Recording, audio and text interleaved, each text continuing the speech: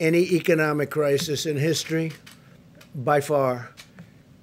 By contrast, the last administration had the slowest, weakest, and worst recovery in American history. That was well documented, as you know. This year, the United States has seen the smallest economic contraction of any major Western nation, and we are recovering at a much faster rate than any other nation. Business confidence is higher today in America than in any other G7 or EU country. That covers a lot of territory. So we have the business confidence is higher than any of those countries.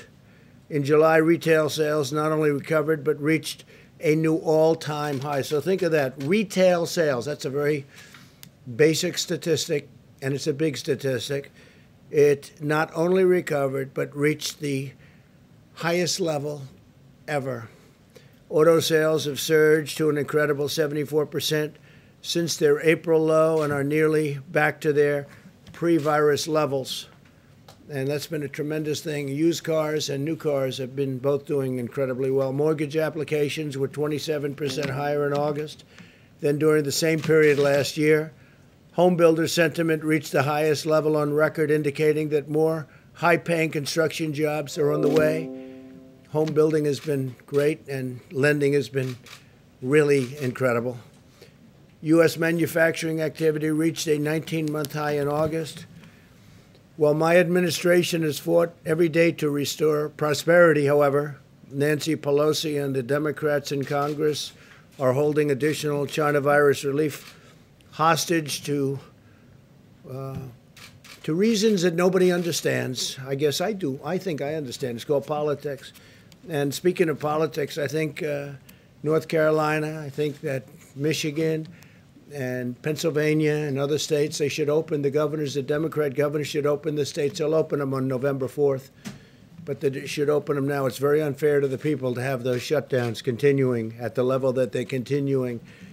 Democrats are insisting on a massive taxpayer bailout of badly run blue states, stimulus checks for illegal aliens, and the mass release of inmates from jail. They want to release a lot of inmates, some of them for very serious reasons. They want to release them from jail. They want that as part of a stimulus package. Can you believe it?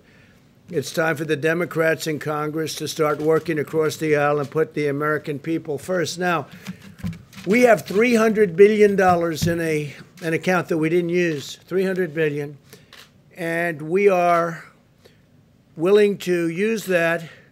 I would be willing to release it, subject to Congress, and use that as stimulus money, and it would go right to the American people. So we have $300 billion sitting in an account that we didn't need because things are going so well with the economy. But it would be a very appropriate thing to release that to the American people, and I am willing to do it. All we need is a sign-off. But that doesn't mean that we're going to release prisoners, some very vicious people, actually. We're not going to put them on the streets like the Democrats want us to. And we're not going to give stimulus checks to illegal aliens. They came into the country illegally, and now we give them a check. We want to give the checks to the American people. So remember, we have $300 million. It's there. We don't need the money. We don't need anything. Just let that money get released to the American people. As our economy rebounds, there's only one thing that could stop the extraordinary economic comeback and wipe out the future of American workers, and that's what the Democrats want to do with a $4 trillion tax hike, implementing things that will be really bad for our country. And this will just absolutely cripple what we're doing on regulations and so many other elements of success. We had the greatest economy in history prior to the China virus coming in. Now they want to stop regulations. They want to bring up regulations to a level, stop the things that we're doing, which are at a much smaller level, and bring up regulations at a level that nobody's ever seen before. They want to do things that will make it impossible for any economy to grow. They want to ban fracking. And as you saw, ban, and all of a sudden he sees his polls going down, and now he says, well, I was only talking about not maybe banning fracking, but he wants to ban fracking. And it doesn't matter what he wants to ban. The people that control him want to ban fracking. And whether it's Pennsylvania, Texas, Oklahoma, North Dakota, so many other states, you can't ban fracking. That would be a disaster. Ohio want to abolish American energy. I mean, that's what's going to happen. Adopt disastrous trade deals and inflict a devastating shutdown. As you know, he said, we want to shut it down. We would be willing to shut it down. And you don't shut down when we're setting records. And by the way, we're rounding the corner. We're rounding the corner on the virus. Joe Biden's blanket shutdown would collapse our economy, would cause countless deaths from suicide, drug, alcohol abuse, heart disease, and more. You know, shutdowns cause a lot of problems, a lot of very serious problems, more so than the virus itself. Biden's plan is not a solution. It's a virtual surrender.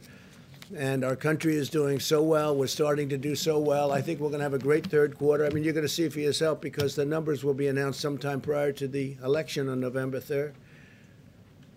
And as you know, Joe spent his entire career sending American jobs to China and other far-away countries. For 47 years, people were pillaging our country, taking our jobs, taking our companies.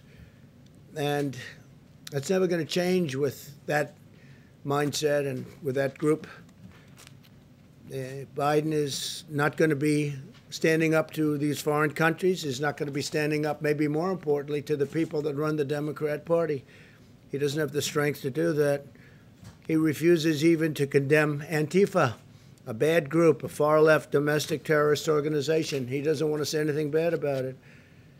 His plan to appease the domestic terrorists is the exact opposite of what I'm doing. And I think you saw that last night. Yesterday, the U.S. Marshals, we sent them in, U.S. Marshals.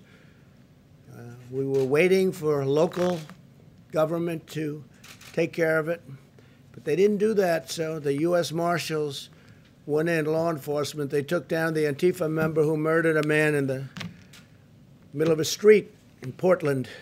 The suspect was killed after drawing a weapon when officers attempted to take him into custody. They wanted to take him in. The U.S. Marshals, credible people. So I want to thank them for their strength, their bravery. And I really do wish that the mayor of Portland and the governor of Oregon would get going and stop the crime in that city. It'd be so easy to do. Well, we're focused on creating good-paying jobs. The radical left is focused on unleashing really violent mobs. And you see that whether you're conservative or liberal, Republican, Democrat, or independent, we must all agree the need for peace and order and safety. Under my administration, law enforcement is conducting arrests nationwide of rioters, looters, and domestic terrorists. The reasons we didn't put Chicago into our list, where we're holding back funds from some of these states and cities that are doing such a poor job, such an incompetent job, a job that nobody can even imagine how bad. And we're holding it back until they get their act together. And we are having a lot of people in Chicago right now, and you notice that their numbers are going down rapidly. But we've deployed a lot of federal law enforcement inside of Chicago, and they're taking out quite a few people. And they're being arrested, they're being put in jail, and that's why you see those numbers going down. That's why you see that with respect to the mayor, we did not hold back funds in Chicago. But New York is experiencing a tremendous crime wave, in some cases up over 300%, and they have to do something quickly. We just spoke to Mayor Bowser, and she's willing to do whatever is necessary. We had a very good talk with her. That's in D.C., and the other places, they speak for themselves. We're working with the state and local authorities to comb through hours of videotape, identify